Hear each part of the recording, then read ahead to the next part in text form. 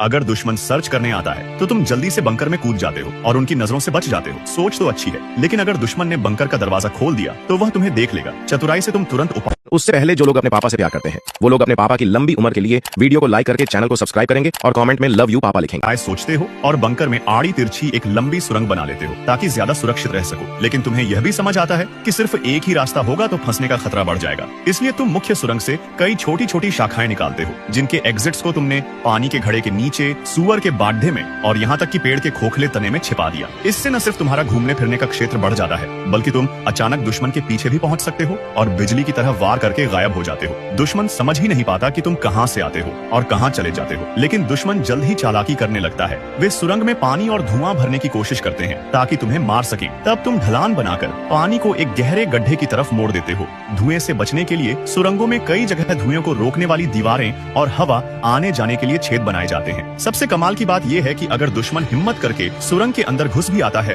तो वहां लगे गुप्त जाल और घात लगाने वाले स्थान उसे कभी जिंदा बाहर नहीं निकलने देंगे। समय के साथ तुम्हारा अनुभव बढ़ता जाता है और लंबे संघर्ष को आसान बनाने के लिए तुम सुरंगों को और चौड़ा और गहरा बनाते हो। मुख्य सुरंग अब एक हाईवे जैसी लगती है, जिसकी छोटी छोटी शाखाएं गांव के अलग अलग घरों तक जाती हैं। तुमने कई गुप्त कमरे भी खोदे हैं जहां अनाज, हथियार, बारूद रखा जा सके। एक रसोई घर, आराम करने की जगह, अस्पताल जैसा कमरा और निगरानी के लिए खिड़कियां भी बनाई गई है। यानी अब यह सिर्फ सैनिकों के लिए हमला करने की जगह नहीं रही, बल्कि गाँव वालों के लिए भी सुरक्षित स्थान बन गई है, जहाँ वे दुश्मन की तलाश और बमबारी से बच सकते हैं। बधाई हो, तुमने द टनल वॉरफेयर का आविष्कार कर लिया है।